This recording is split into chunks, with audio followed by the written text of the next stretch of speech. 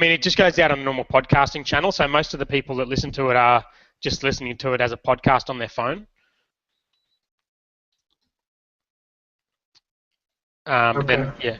But then it also goes up on YouTube. I think we don't have much of a following on YouTube because this is only like the third time we've done a video podcast. But I think we've got a few hundred subscribers on the iTunes feed, and we've got a reasonably big email list as well. And depending on the episode, we'll send it out to them. All right, someone. Oh, that's me. I'll let that one go away. Okay, here's Alex. Claff, can you hear me? I can. Can you hear me? Awesome. How's your computer going? Yeah, I gave it the old restart. It's looking a bit quicker now. Nice. Jordan is available, and it's his birthday. Happy birthday, Jordan. Should we sing him happy birthday? I don't think so. No, but if you want to, I've got the camera on you, so off you go. It's got to be a team effort. It was your idea. I'm getting stage fright. We're waiting. Oh, maybe I'll just send you a cake in the mail or something. Yeah, no, FedEx that. That sounds good. Right on. Just keep your eye out for it. It might be a bit squished by the time it gets to you, though. So, Alex, you're in California. Is that right? I'm in San Francisco. That's correct. Okay, got it. How long have you been out there for? 3 months. Okay. Loving it. Absolutely loving it. And you're allowed to stay there now, right? Yeah, I just got my permanent residency card, so they can't. Well, they can still kick me out if I commit a crime, but I think I'll keep my head down and should be okay. Okay, got it. And so, did you move there specifically because of what you guys are doing with WP Curve? No, that's a long story. I'll send you a link about how this all came to be. That's another chat and another podcast, I think. Got it. Sounds good. Well, there are worse places to move, even if that's what it was for. Yeah, right. City. Yeah, it's a brilliant place. Did you guys kick off already without me? Have we got started? What's going on? Well, we're live, but we haven't really started anything. I've got a feeling my computer's going to fill up again. I need to do something about this hard drive thing. Anyway, we'll see what happens. If I disappear, then it might be just my computer's just full and just decided to die. But anyway, and we'll soldier on without you. That's okay. Yeah, I'm assuming that's possible with the technology. Anyway, we'll find out the hard way. So, welcome everybody. Let's just go around and introduce ourselves. I'm Dan from WP Curve and Startup Chat, and I'll come back and do a bit of a call to action in a little while. But do you want to introduce yourself, Jordan? I'm Jordan Muela with LeadSimple and ManageMyProperty.com. Welcome, Jordan. Who's that guy? This guy is Alex McClafferty. I'm the co-founder of WPCurve.com, StartupChat.co, ConvertPress.com. Do we have any other businesses? ContentClub.co. Informally? The co-author of a new book that's coming out, still under wraps. It's all happening. And informally still exists as well. And I had a dream last night that we started selling T-shirts. Selling T-shirts? Yeah, on StartupChat.co. Okay. They just had the word "start" written on the front. Was that a dream, or was that after a few beers, or a bit hazy? No, it was this morning. I actually woke up after I had the dream, and it was one of those ones where, like, as soon as you wake up, you're like, oh my god, this is amazing, and then, like, the amazingness just kind of trails off and off and off to the point where you're like, no, actually, it's just a shit dream. That's one of those ones that you'll send my way, and I'll be like, yeah, we'll just put that one on the back burner for a minute. Yeah, that goes on the... What's the card we've got on Trello for the idea muscle? Idea muscle card. The idea muscle, that's it. Al Tusher inspired that one. Yep. So iTunes reviews, I think the show is in iTunes, and I think I've just fixed a problem with the feed, so hopefully the latest episode will be in there. I don't think we have any new reviews, but if anyone wants to leave a review in iTunes, then please do that. And if we miss any, normally we'll just check the Australian and the US store, because it's kind of hard to check them all. But if we miss any, just send us an email, support@startupchat.co, and we'll read it out on the show. Now, we normally start with a call to action because we don't have advertisers, so each of the people on the call can tell people what they want to do at the end. I'm going to say jump on our weekly email list, because that's really the main way that we communicate with our followers and our friends, and we reply to all the emails we get on there. So if you go to startupchat.co, on the right-hand side, you'll see an opt-in, and we just send one email a week, and it's just general kind of startup advice or content marketing advice, online marketing, and there's no sales or pitches or anything in there, but you'll find out when we're doing new episodes and when we're doing new content. So startupchat.co. Do you want to go, Claff? Yeah, I'll go. So my pitch today is about our 24/7 WordPress support service. I had the business cards. Oh, there we go. Had it ready standing by. So if you're pulling your hair out because of WordPress issues, check out wpcurve.com. That's wpcurve.com. We're the #1 provider of WordPress support. I reckon that pitch is getting better. That's getting a lot better. Feel good It's about certainly that a lot better than the one you did on the Business Growth podcast the other day. Yeah, that was. You could see the what do they call those things? There were tumbleweeds rolling by as I did that last one, so that's an improvement. That's a nice business card. I was gonna at the start of the show today, I was gonna throw in a few quotes from movies and stuff, and I was gonna see if I could rip something out of that American Psycho scene with the business cards, with the eggshell and the raised lettering. That's a brilliant scene. I shared that, and it got a lot of interest. It's so funny. Love it. All right, Jordan, do you want to throw in a little pitch? Yeah, sure. So I'm pitching LeadSimple.com. It's a dedicated lead management system for real estate professionals. It will help you contact leads faster and more often and close more of them. You can check it out at LeadSimple.com. Nice. That's a solid. That's the best pitch we've had so far, including our own. So well done. Indeed. Although I don't think ours isn't that good by comparison. So I thought you did pretty good. You had a business card there. Yeah. Yeah, that's right. Where's the card? But I'll just hold it up the whole time. I was going to say that we don't actually warn guests that we're going to ask them to pitch, so that was a very good effort. Okay, so Claff, what's going on? You got a little business update for us, or what are you working on? Yeah, we've been doing a little bit of business this last 7 months. So we've passed a big milestone for our business, and it's been, close and no cigar, and then we think we're there and we're not quite there, but we finally cracked $11,000 in monthly recurring revenue, which is for us a really nice place to be. I think, how long have we been working together, Dan? It's been, 7 months now? Yeah, about that, yeah.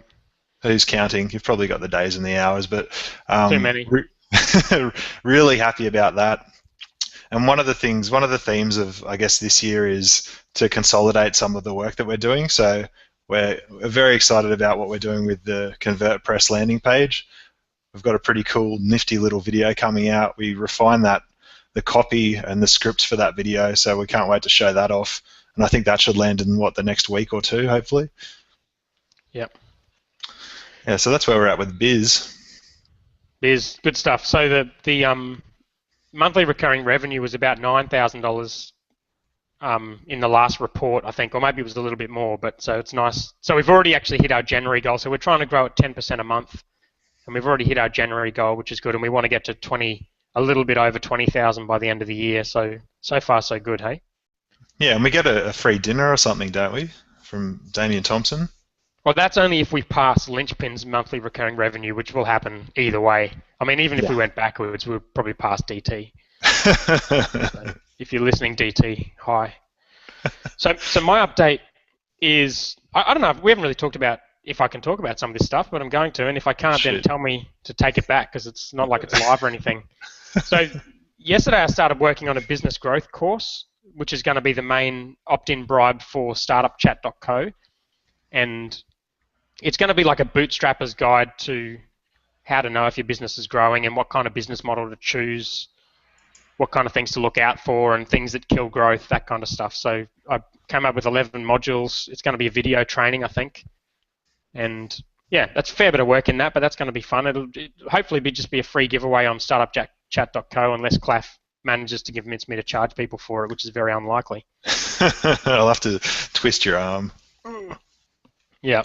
And I've also, so this week I wanted to finalize our content marketing strategy for this year, which is really not that sophisticated, but it at least writes down what we're planning on doing. And part of it is for each one of our blogs, we've defined the audience that we want, and we just define basic things like what topics we're going to write about, and more importantly, what are the main opt-in, like the main lead magnets and sequences that sit behind that content that lead people to becoming a customer. So we'll probably talk about some of that on this call, but that's what I've been working on. And the business growth course is going to be the lead magnet on startupchat.co. And we talked about doing like a WordPress tips course, which hopefully if we can come up with enough ideas, it'll be 52 different ways to improve your WordPress site. And we'll send one email a week. And yeah, so we'll use that as a lead magnet on WP Curve, and we'll also use it as a retention sequence. So the people who are current customers will get all of those tips, and they'll just be able to reply and say, yeah, actually, I want you to do this task on my site. Hey, don't forget the book. I was going to skip the book because I think we've been talking about ourselves for too long. Probably. People are getting bored. We'll come back to the book. We haven't. Yeah, let's get like maybe 2 or 3 chapters done before, because we've already changed the entire subject of the book in like the last 3 days. So maybe we'll actually get a few chapters done before we decide on what we're doing. Yeah, sorry about that. No worries. I like the new idea better. All right, so let's get into the main part of the episode. Jordan's given us a bit of background on his business, but did you want to start, Jordan? Just tell us what your business is and what are the main things you want to talk about today? Sure, yeah. So LeadSimple.com, as I mentioned before, it's a lead management system. So when you look at the kind of universe of different software applications, you have CRMs that are focused on existing customers and servicing them over the long haul, and then you have tools that are more designed for closing new business. Within that subset of tools focused on closing new business, we're focused on lead management, which is really trends more towards smaller size deals with a shorter sales cycle that are industry specific. So for us, that looks like the real estate industry, and more narrowly at the moment, property management. So we are actively developing that tool, and that was spun out of a kind of a sister business that was serving the same industry, and we've been actively developing that and are in the process of building, pitching, selling, etc. So just here to chat about that and get some feedback from you guys. I love what you're doing as far as just kind of being animals with content production. So that's one of the things that I wanted to talk about today. Cool. So can you give me an idea of what that looks like in that industry? How does someone go from having a contact through to being a customer, and how does your software help in that process? Sure, yeah, absolutely. In this specific industry, a lead that is not a referral, right? A referral, somebody you meet at lunch, that's a totally different situation. But let's look at your typical internet lead. Typically comes from either directly from your website, from SEO or a PPC campaign, or from a third-party lead aggregator, somebody you would buy the lead from. As soon as that lead comes in, on average, there's about a week sales cycle. The CLTV on average in this industry is around $4 or $5 grand, but that's over a 3 to 4 year cycle. On a monthly basis, these deals, in terms of how people think about these deals, it's a smaller value. So the bottom line is, somebody would get the lead, talk to them about their rental property and kind of pitch their services, and then meet them at the property to inspect it, have a conversation about whether or not the property is rentable, etc., and then sign a management agreement, do tenant placement, etc. So rental management, like landlording type stuff, basically outsourcing the landlording functions. That's the nature of the industry. And again, it's a pretty quick sales cycle. As far as what this kind of software does to help people, it does a couple of things. You're typically talking about small mom and pop type businesses where everybody's wearing a lot of different hats. There's no dedicated specialization in sales, and so that kind of retards against economies of scale in a more streamlined model with sales. So it's more like the same guy that's doing sales is also doing maintenance and tenant placement etc. And he gets around to sales when it gets around to it. So this kind of software centralizes the whole process, defines what it is, and then brings some automation to the table. Now, Jordan, you can't say that you don't love sales because you just said streamlined and economy of scale in the same sentence. Yeah, I think you are a salesman. It's the world that I'm living in. There's natural inertia with it. Every day you get up, it doesn't get any easier to do. But yeah, no, I enjoy it. So I still feel like I don't really understand the. So who was the actual customer of the system? Are these people who are like managing multiple properties, or? Exactly, yeah. So this is a management company that has a portfolio of 100 single-family properties that they manage for owners. Right. So it's not real estate companies. They are a real estate company in the sense that they manage a bunch of real estate, but it's not.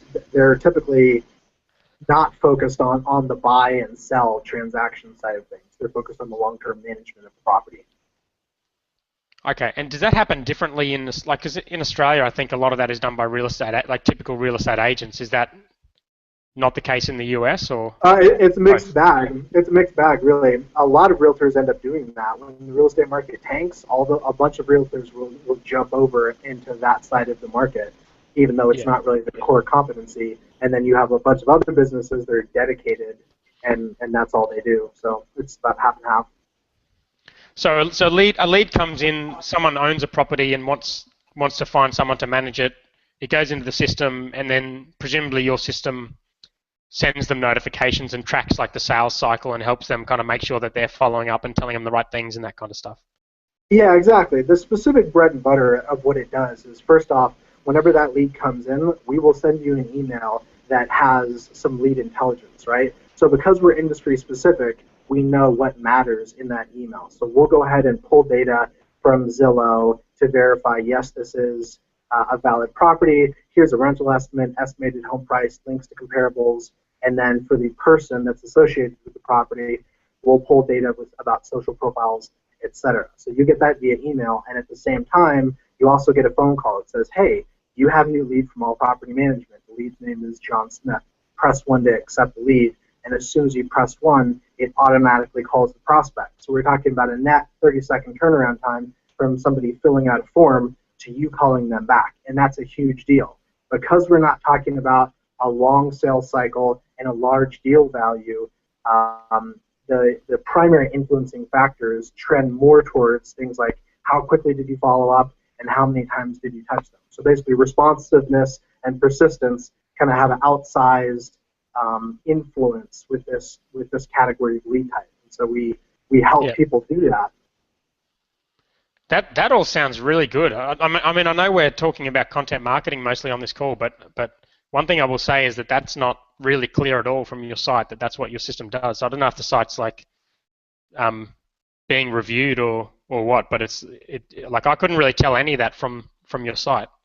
Okay. Well, yeah, no, that's good feedback to hear. We want to provide clarity on what we do. And that feature we call call connector, as far as calling people back instantly. When we built this whole thing, we didn't want to dive right into building like another tool or whatever. So we just built that and sold that, and then everything else kind of stemmed out of that. So it's definitely a part of what we do, but we're not trying to make it like the exclusive focus, right? We don't want to be a one-trick pony. Yeah, but essentially your product will help people close more sales, and you've got a really clear like you've probably got a lot of evidence of.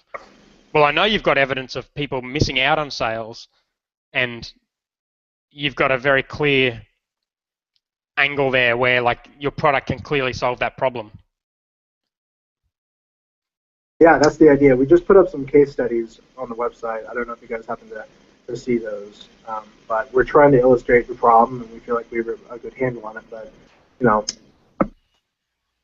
I wouldn't have even thought those were links. Do you mean the client logos down the bottom?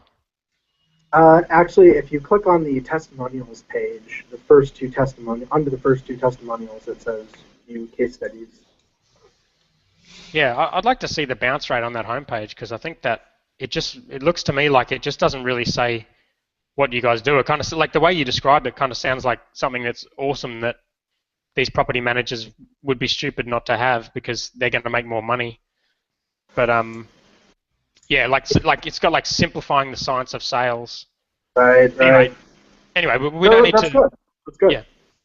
If you want to talk about the copy and stuff on the side, I think a good place to go would be to look at our episode with Dane Maxwell because we went through and like broke down 4 or 5 different sites. Some of them were ours. It was pretty confronting because he pretty much ripped us a new one. But I think he would go to town on this because this is just not saying, it's not even saying what the product is or what the benefit is. Like simplifying science of sales. Just the word science, I think, would just scare people off. Anyway. There's another resource that I was looking at last night when I was chatting to you at midnight or whatever, Dan, and that's conversionxl.com. And I struggled to pronounce. Pep. Is it Peep or Pep? Pep. Yeah. Pep Layer. Liar. He put out a slide share of a few sites that he just like does a teardown of, and it's really, really high level stuff. But he's saying, what problem does your software solve? And if you can't get that in the above the fold, then people are just going to bounce. So check out conversionxl.com as well. Okay, yeah, no, that's good. He does a weekly. I think he's doing a weekly breakdown now of people's sites. I watched the email opt-in one the other day, and I immediately changed stuff about what we're planning for our content marketing strategy because he's just he's just no bullshit. He just goes in and just says no, this opt-in is not going to work because it's not proving enough value or whatever. Mm-hmm. But anyway, I know the questions you had weren't necessarily relating to copy, so. Did you want us to go through what you sent through, or did you want to fire a couple of questions? Yeah, all right. Well, let me go ahead and jump back in and see what we had here. So one of the things that I listed off was just balance. And I know there's no silver bullet here, but we're a small company wearing a lot of different hats, and you referenced earlier my commentary on sales. Our model right now is to focus on direct sales. We have the sister company that we built up, and we have a long client roster of people that we're selling this product to, and that's kind of where we started off and what we need to continue to push on. That's a very proactive task. It only happens when we're just on top of it, and it's cold, so it takes a lot of freaking follow-up, and that can be challenging at times, but that's what we need to do. That's like the discipline that is very necessary. And that business still throws off, the sister business still throws off a ton of other customer service requests and other kind of inbound activities where there's somebody on the other end saying, hey, I need your help, pay attention, etc. And so I just, what's y'all's advice and take on how to carve out more time and be more disciplined in balancing things there? So what's the thing that's holding you back? Is it because reading the notes that you sent through, you mentioned that sales is not something that you guys are really spending a lot of time on or focusing on. So what does your sales call look like? Is this the cold calling approach? Is that how hardcore you guys are tackling this stuff? So it's not cold calling. I mean, it's somewhere in between. These are basically people that have signed up for this other service that are using this other service that we're pinging and saying, hey, remember us? We got a new thing. Let me pitch you on it, etc. Mm-hmm. So it's not totally cold, but it definitely is not. It's not super warm either. And do you have an existing relationship with these guys, or are they people that used your previous service and have left for greener pastures or something like that? It's a recurring thing. So basically, they pay us whenever we send them a lead. So it's definitely an existing relationship. It's a lot stronger with some customers than with others, but it's definitely an existing relationship. So as a customer, if you're offering me a solution that's going to get me, more leads and help me close clients quicker, what's your hesitation in telling me about that? Like, why? To me, it sounds like you've got like fish in a barrel, and they're ready to be, shot, to use that term of phrase. But what's holding you back from that? Do you think? Yeah, I think that that's a good way to look at it. There is a huge opportunity, and we're certainly grateful for it. It was a lot easier this time around to build clients than the last time, starting from scratch. It definitely is not quite like shooting fish in a barrel in terms of people feeling the pain. One thing Hmm. Yeah. I will say is that because it's like a small kind of mom and pop industry, people are not necessarily just like racing to refine their sales processes. And so a lot of some of the people that I talk to will say something along the lines of, hey, lead is a lead is a lead. Our sales is great. I don't need any kind of a solution, whatever. Hmm. And it's like, all right, whatever. It is what it is. And then other people, as soon as I explain it, they're like, yeah, I've been waiting for that. Like, sign me up right now. Yeah. Here's money. So there's a pretty broad nexus, and really it's just a slog. So what we Yeah. need to do, well, part of what we need to do is we're about maybe 4 to 6 weeks away from rolling out a new kind of revamp of the whole site. So there's a Mhm. lot of effort that's being applied on development, and one of the themes that I see is that development always kind of tends to basically feeding work to our dev always kind of tends to suck us in as far as ideas for new features, laying things out, UX, etc. And that can kind of pull away from more outbound, proactive stuff with sales. But what's holding us back? Like me, this guy right here. So Well, ultimately, Yeah, this. that's the answer. but you're not. But Alex, he's not talking to people who've put their hand up. Yeah, You know, I get that. so I get that. so But it's not like it would be like us calling everyone on our Informally mailing list Right. because they know us, and we're Mhm. saying, look, I know you probably use WordPress. Why don't you want to come over to WP Curve? And we No, don't do no. that Yeah, because that's it would be that's way not too what I'm much work. suggesting. But I guess like if you look at like your delivery and your ability to talk and sell, and you've got a consultative approach and you listen when someone's talking to you, if you have this opportunity to talk to people, then like it's okay to say, hey, this is something that we're working on. Just wanted to check if you'd be interested, and that can be a quick email just to say, just to let you guys know that this is what's coming down the line, and if you're Yeah. interested, it doesn't have to be get on the phone and start smashing your list and piss everyone off, but um, I, giving people the opportunity to talk to you would probably be the first step, rather than just saying, "Oh, I don't really want to go out and talk and sell and that sort of stuff." I don't know if that's a correct assumption, if that's how you feel, but Yeah, no, I don't. I mean, we've done like the existing business that we have. That's where it's been generated from. So it's not mhm. fundamentally a lack of willingness to sell. I would just say, again, it's delineating that there's a subset of tasks that require proactive effort, and then there's a Yeah. bunch of other things that are like inbound and just like coming in and saying, help me, help me, help me, whatever, and they're not particularly value added.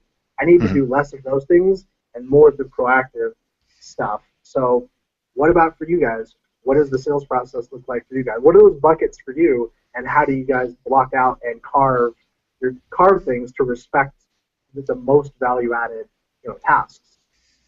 The point I was making about the fact that you're talking to people who haven't put their hand up is for us, our website and our email marketing system does a lot of the work. So, It's like, inbound.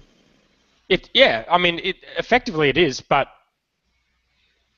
I think that has a lot to do with your motivation to do the task as well. Like, if you say you had a lot of content and you had a lot of email subscribers and you Mm, had a system whereby they could register that at least they were kind of interested in the concept and at least they felt the pain of the problem, and then at that point you could make the call and you close 3 out of 4, then I'm betting you would have absolutely no trouble making these phone calls, right? yeah, well, the people that contact us, we dog food our own product, and I literally call them back in 30 seconds Yeah. via this app. Yeah. But I'm not saying people who contact you. I'm just saying people who are a little bit more targeted. So with like with our process, we have in Infusionsoft, for example, we'll have a bunch of sequences to do with improving your website, and some of those sequences will relate to WordPress. And if we have a sequence that people sign up for that relates to WordPress, we at least know the person cares about online marketing. We at least know that they use Right. WordPress. Right. So at that Mm. point, they get on a new sequence, which gives them a little bit more information about what we do, and gives them the ability to. And we don't use cold. We don't call people at all. So But if we did, that would be the time to do it. We could quite easily get a list of people who had got onto that sequence and prove that they'd passed through a few hoops and at least were a little bit warmer than just people who happen to be on your list. Mm-hmm. Yeah, no, that's good, and that relates to the whole content marketing thing. I mean, it's a great way to pre-qualify people and to kind of establish who has interest and who doesn't, you know. But that can also be kind of a vortex of, I guess at some point we'll parlay into that topic, but with that, like, I've struggled with coming up with generating content on a bite-sized enough basis to where it's getting pushed out the door and creating value for us, but it still is actually creating a lot of value. What I've found is that the bigger projects, you know, the definitive guide to whatever, tend to generate a lot more ongoing benefit, but also are, you know, a lot more investment on the front side. So I'm kind of conflicted right now, but basically those are the things that both of those things are the things we need to do. Some outbound in the short term, inbound in the long term. That's kind of the game plan.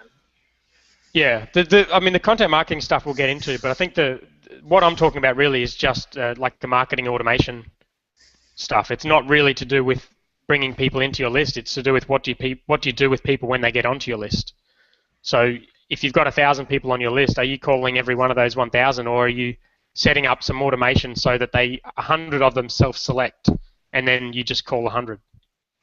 So you're basically saying hit people via email, people that have some kind of response, follow up via phone, like that kind of a qualification? Yes, and just work out, like with something like, we use Infusionsoft, and I don't know exactly what your software does or what other software does, but with Infusionsoft you can do lead scoring, or you can just use tags. So like if someone clicks on a link to prove to you that they at least are a property manager and that they want to convert more sales and save themselves time, or they particularly like the idea, you know, like if you put out a case study on a client who closes at double the industry rate, and one of the things they do is this awesome technique where when a lead comes in, their phone automatically rings and they get to talk to the other person much quicker. And if you get people that select by clicking on that case study, and you know, you can go as detailed as people who watched a video for a certain amount of time, but I don't think you need to do that. I think just you need to get a little bit more tighter around who you're talking to, and if you have people who are interested in that kind of content, and you know enough about them to know that they're property managers, which you can all do with an email marketing automation type tool, then at that point you can, at least with Infusionsoft, you can say, create a task for yourself to call that person. So what the result is you don't end up calling everyone, which you might want to do when you're doing the validation. You might want to talk to 100 people, but for the purpose of sales, I think you're probably going to go nuts if you keep talking to 100 people and only closing, you know, a handful of them. That's really helpful. That's some really good counsel. Yeah, that's helpful. We could totally do that. Yeah, I would suggest checking out Bright Ideas podcast with Trent Deersmead. There's a couple of good episodes that he has, and he goes to like a level beyond what most people are probably comfortable with some of the stuff he did with, I think Jermaine Griggs, is that the guy's name? He's just like an automation nut. Yeah. But some of the other guys are a bit more reasonable. There's a guy on there who's an orthodontist, and I think there's a chiropractor. He's got like different types of businesses that you wouldn't think would be that tech savvy, but they talk about how they get people from being cold to being, you know, at least a little bit warm, to the point where you want to call them and ask them if they want to check out the software. The other thing I'd say really quickly about that is your website needs to do way more work for you. So like when you go to your website at the moment, like I can't tell what your product does or how it benefits me, and I think that's going to result in you having to do a lot more of that work yourself. Like you just had to explain to us for 15 minutes what your product does, whereas if I was a potential customer, I should know that already. And really the call, like in our case, when we get people on live chat, like you can almost tell that they don't really have questions. Like we're getting to the point where, like, if they want to be a customer, they're just getting on live chat to make sure that we're legitimate and that we're a real business and we're not going to screw them over. But the website tells them everything they need to know about whether or not they want to be a customer. So I think your website could do more work for you. That's great. Yeah, agreed. Very much agree. Clive, do you have anything to add there? But we can talk about the content. I was just going to say, for the stuff that you find that you'll put off, so if there's hard tasks that you know that you need to do but you're not prioritizing them, figure out when the most productive time of your day is and put them there. So for stuff that I need to do, like writing content, we're doing 365 pieces of content this year, and I know that I need to get up in the morning and get straight into it because that's when my motivation is the highest to do that stuff. So if you know when your productive time is, put the really hard stuff in there, because that's how you'll be able to, block out an hour and go, okay, I've got 10 calls I've got to make. This is my hour to do it, and that's it. And just focus on that one thing. Mm-hmm. Works I for me. I can offer an alternative to that, which is the opposite. And I don't know if this works for everyone else or it's just because I'm crazy. But it works for me to have a task like creating content, which is a task that I can just sit on. And if I get in the zone for creating a blog post, I can just stare at my computer for 3 hours and just write thousands of words. And that kind of task is actually good for me to do after lunch when I've got no energy to do anything else, because I find like it takes me away. Like if I just sit there flailing in emails after lunch, I'll just be like, oh yeah, email, live chat, Facebook, email, live chat, Facebook, But if I just close everything down in that time where I'm likely to be really unproductive and focus on one task, it actually enables me to get more done. Different strokes for different folks. That's it. So the content marketing is a good question. Whether you do the bigger ones or the smaller ones. And I've had a look at some of your content. I think like some of your stuff is, I can really see a lot of good potential for some of that content, especially like the original research. But if you want me to give you specific feedback on some of those pieces, I'll do that. But just generally, I think I do like the idea of doing the bigger content, especially if you aren't like established as like a content marketing.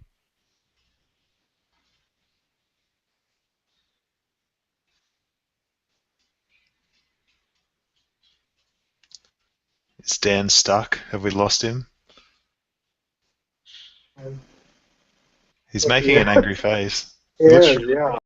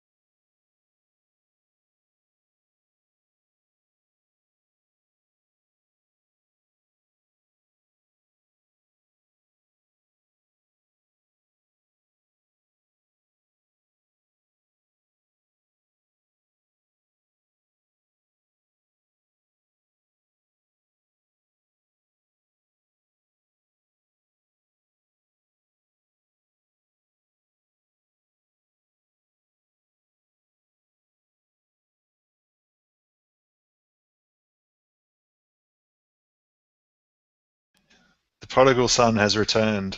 I'm Welcome here. back, Dan. Welcome back. I thought that was my computer just running out of disk space, but I don't think it was. I think it was something else. Sounds like we need to make a capital investment in some more hardware. Well, I've got a MacBook Air, which is fine until you run out of disk space, which is really easy to do because there's like a really tiny disk space on here. And I normally just copy everything across to my computer, which auto backs up, but that computer's on Windows, which means it's shit, which means it's dead, and I can't start it. So, have you fired back up the recording, the rest of that good stuff? Plus, I've got a lot of episodes of Breaking Bad and shit on here. I'll probably have to delete. Yeah, it's still recording. Great. Still recording. So, yeah, definitely like the bigger ones. If you can have like 2 or 3 of those bigger pieces, and I saw what you did with the other company, that kind of thing's perfect. The only thing I'd say is you probably do have to put a lot of effort into it to actually turn it into a resource that people know about and care about. Like, it's not just the creation of it. So I think, yeah, so there's a few things I could give you feedback on in the other one I saw, which was a presentation, I think. But yeah, like if you had that one really key piece of content, like I think Marcus Sheridan used to have, if you check out some of the stuff that Marcus Sheridan does, he had the swimming pool company.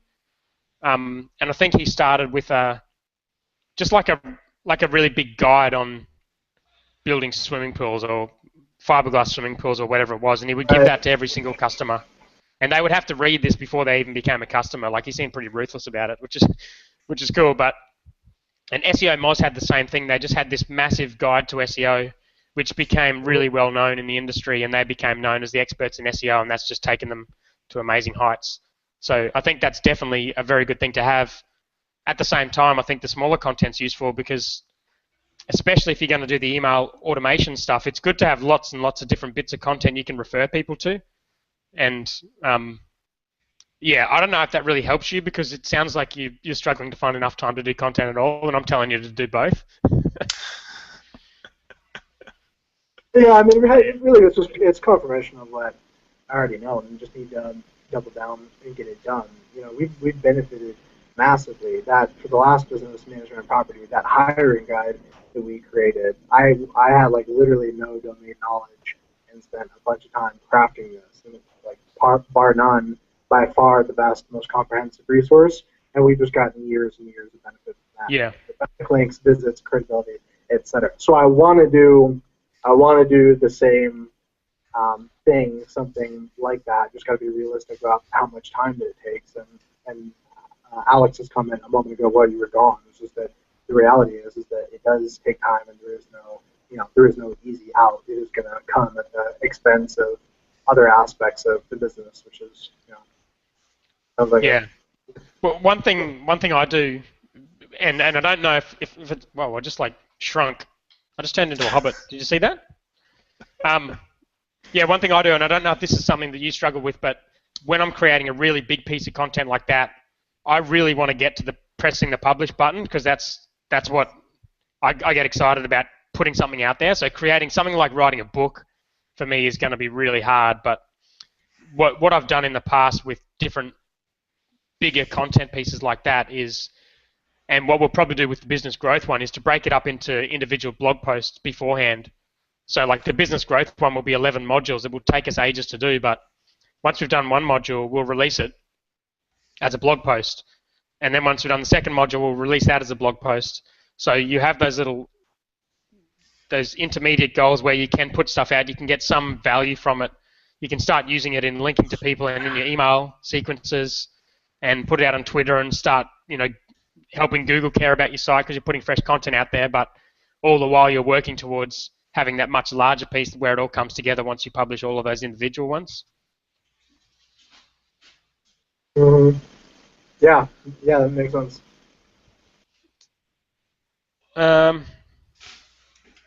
Yeah, so the notes I had around here is really what we've talked about already, is just focusing on conversions and email marketing as well. So if you're getting people to your site, if you're doing a little bit of this content, you're getting people to the site, really pay a lot of attention to how many you're converting to email subscribers, because then you'll be able to really kick off this lead nurturing stuff we're talking about before.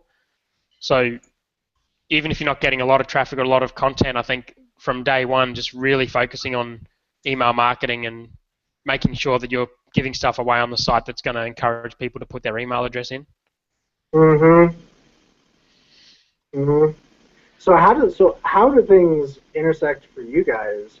How do you monetize the platform and the brand equity that you've built? Does it directly relate to WP Curve? Do you have a long-term, unrelated time horizon for how you monetize all this, or is it just a passion project? Yeah. So we don't know exactly where every individual customer comes from, but we do know that the majority of our customers for WP Curve have checked out a lot of our content before signing up to WP Curve. And that could mean that they've checked out an episode of this, or it could mean that they've heard us on Entrepreneur on Fire or on some other podcast, or it could mean they've directly downloaded a conversion sheet from WP Curve and they've got on a sequence that pitches them. So it's kind of a hard thing for like a really structured person to get their head around the fact that you do all this stuff and you can't really measure the effectiveness of it. And like if you listen to a lot of Right. I've listened to presentations from content marketing world from people who are like renowned experts in this kind of stuff, and to me it just seems, especially for a small business or a startup, it seems like there really isn't any really good way to measure content marketing. It just seems that you need to do a lot of it, and then eventually it turns into a steamroll, and your Google rankings go up, your social proof goes up, your email list goes up, and therefore if your funnel is working right, then your leads go up. But it just seems to be that one of those things where you get to a tipping point, and it takes a while to get there. Right. One more thing to add about the monetization of the platform, and I assume that you're talking about the list of subscribers there, Jordan. Yes. So we're doing Startup Chat because we really enjoy talking to entrepreneurs, and we actually learn from people talking about their businesses. So a lot of this for us is fun because it breaks up some of the other stuff that we had to do as part of WP Curve. And if it's a trust builder, then that's great. If people get to know who we are and what we're about, that's great, because in the business that we're in, trust is the number one thing. People are, handing over their credentials for their website, and they need to know that the people who are doing that kind of work they can trust. So building that trust is something that is really important to our business, and that really helps as well. So we're not going, okay, how quickly can we build our list and how quickly can we charge them? It's more about building that ongoing trust, and then when we have something that they're interested, be it a book or something else, then if we've built it up enough trust, then maybe they'll buy it, maybe they won't, but they'll keep reading our email, sharing our content, and hopefully getting involved on the podcast and things like that too. Got it. And so you guys don't feel that by having multiple businesses, it dilutes your effort? You guys are pretty comfortable having a lot of different irons in the fire? I take it I'm going to answer that one, Cliff? I just took the last one. I like listening to you answer this question. Oh, I don't know what I'm going to say. I mean, I think the reality for us is we have too many things that we want to do, and a lot of them, I mean, really, if we were to just do WP Curve, then probably we'd be better off. But at the same time, the only reason we started WP Curve is because we want to enjoy our workday and do fun things and help other people and build a community, all of that stuff. So the other work we do is kind of helps us stay motivated and helps us have more fun. I guess the other thing I would say about the multiple brands is I used to think having everything under one brand made sense, but the problem with that is that it dilutes the simplicity of what that brand is. So like Alex before was able to tell people exactly what we do at WP Curve in one sentence. Now, if WP Curve was that, and it was also a private community, and it was also a WordPress plugin, and it was also an analytics software, did I miss anything? And it's also, I don't know, a book. Landing page builder. Landing page builder for WordPress. It becomes, it doesn't make sense, and it becomes too hard for people to refer us. So for us, I think like our business in a year from now, I think is going to be 90% WP Curve, and at the moment it's 90% WP Curve, and that's fine as long as we recognize that, and the other stuff is, it just allows us to be entrepreneurs, I guess. And we like to test our ideas as well. So launching ConvertPress in a week, seeing if it takes on, learning from that, applying that to other parts of our businesses. Like we're trying to learn as we go. And a lot of the things that we get up and launch quickly, we'll review them and go, okay, what can we do better? What do we need to improve? Like we're always trying to optimize the things that we're doing. So you can bring that learning from one particular type of business across to another one, and I guess variety is the spice of life with this sort of stuff. You get to wear many hats. You get to do, have a community, have a product, have a service business, mix it up, and it keeps things really interesting for us. That makes sense. One of the things that I like about what you guys are doing just kind of reminds me of this concept of the luck surface area. Have you guys ever heard that phrase, luck surface area? Can't say I have. Sounds kind of dirty. Not. This guy Jason Roberts coined it, and it's basically the idea that the more people that you're in touch with, and the greater degree to which you're doing something you enjoy, the more serendipity is going to fall into your lap for, you know, for good, basically. And I think that's pretty much universally true. If there's anything I've learned in business, it's that the more you're working on something you're passionate about, the more people you're talking to, good things happen. So Yeah. that's my karmic explanation of I guess rationalizing the question of what I asked about you guys doing so much different stuff. I think it's awesome. Yeah. Well, the other thing is we do have plans to monetize this part of the business as well, which is why we moved all this stuff across to this startup chat domain, and we've got a community and we've got the books and stuff. So, I mean, hopefully it won't just be fun. Hopefully we will actually be able to make a little bit of money out of it. But yeah, some of this stuff it's really hard to quantify. Like yesterday, I got a phone call from a really well-known guy in Australia he's on TV and stuff, and he called me to ask about WP Curve, and I chatted to him, and I think he'll probably sign up. But I asked him how he heard about us, and he said he just went into Google and put in WordPress support, and that's how he heard about it. I haven't told you that yet, Claff. So anyway, that's how he heard about us.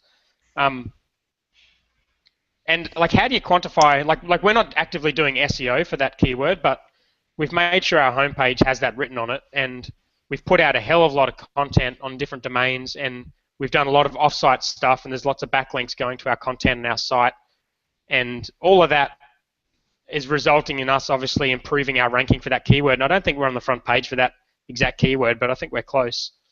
I checked today. I think we're number 9 now. Oh, okay. There you go. So there you go. I mean, and I don't know, a lot of the content we've put out, most of the content we've put out isn't even on that WP Curve domain, but I think it all just kind of comes together and it all helps towards setting that site up as an authority site. So it's hard to say that the stuff we're doing here is not helping WP Curve, even if it's not driving direct leads, because it probably is helping things like the Google rankings and the overall trust that people have and the authority and the networks and stuff. Makes sense. How did we end up talking about us? I thought it was supposed to be about you, Jordan. He's good. He keeps turning it around. You should be the interviewer. Well, maybe. Yeah, next time when you guys are sick or in the hospital, let me know. I'll fill in. Guest host right here. All right. One thing I want to say about your content is I think there's a lot of potential with that. I had a look at that slide share with the research. I think you did some original research. Is that right? Mm-hmm. Yeah. So that thing, I don't think that was particularly well done, unless I don't understand who it was for. But I do really like the idea of doing that, because I think that kind of stuff could be really, it could be news. If you were to do that research and you were to pull one stat out of that research that said something interesting about generating leads, say you found, I didn't actually read it, but I skimmed through it. Say you found something that said, if you call someone within 10 minutes, you're 20% more likely to get the deal or whatever, then that fact alone could become the title of a press release about the research, and it could be, the research could be turned into an infographic that people would share, and it could be made into a slide share like you did, but with a bit more design polish put into it. And other blogs could embed that infographic and link to the press release, and other blogs would pick it up if there was those sort of newsworthy elements which you get when you do original research. Mm-hmm. Yeah, for sure. I mean, yeah, that stuff is definitely valuable. We don't have a huge audience on the LeadSimple side of things. We have a decent-sized audience on the management property side of things. My goal and desire is to create something that doesn't necessitate having an audience. That's basically going to be self-perpetuating. Like that hiring guide that I wrote before, that's been self-perpetuating. It's just a gift that keeps on giving. I'm thinking something like either an email course or a definitive guide to lead management. That either of those has the potential to be big enough, chunky enough that it can kind of stand the test of time and be that evergreen content that just kind of snowballs. over time. So I'm staring that in the face right now. I've been kind of pushing that. I need to just stand fast and get it done. It's a big task though. To be honest. Yeah. You know Well, that we're the going to other check thing in is, within a week and see how that's true. going. Yeah, Clap's going to do the accountability thing when we finish. But the other thing I was going to say is other people do have your audience. So if you can create something that's shareable to them, then it doesn't matter if you don't have an audience. There's got to be a lot of people who have related but non-competing products for that audience, or even just blogs with content for that audience that would absolutely love to have some original research and an infographic or a SlideShare presentation they can embed, or even like a co-created bit of content. I've seen a lot of people have success with that, where they team up with a company, and we're Right. doing it at the moment, where we actually been working on a content marketing guide with the guys from Onboardly, and we're going to both help each other because we've got similar audiences, but we don't compete. Our services don't compete. I'm curious, how does that work? Is that genuinely a labor of equals, or is that more like you guys are doing most of the work and just kind of getting some input so that you can co-brand it? Well, this one's worked pretty well. This is the first big one I've done. The other ones we've done have really just been off-site content, like I've done videos and things for people and podcast interviews and things, but this one's worked pretty well.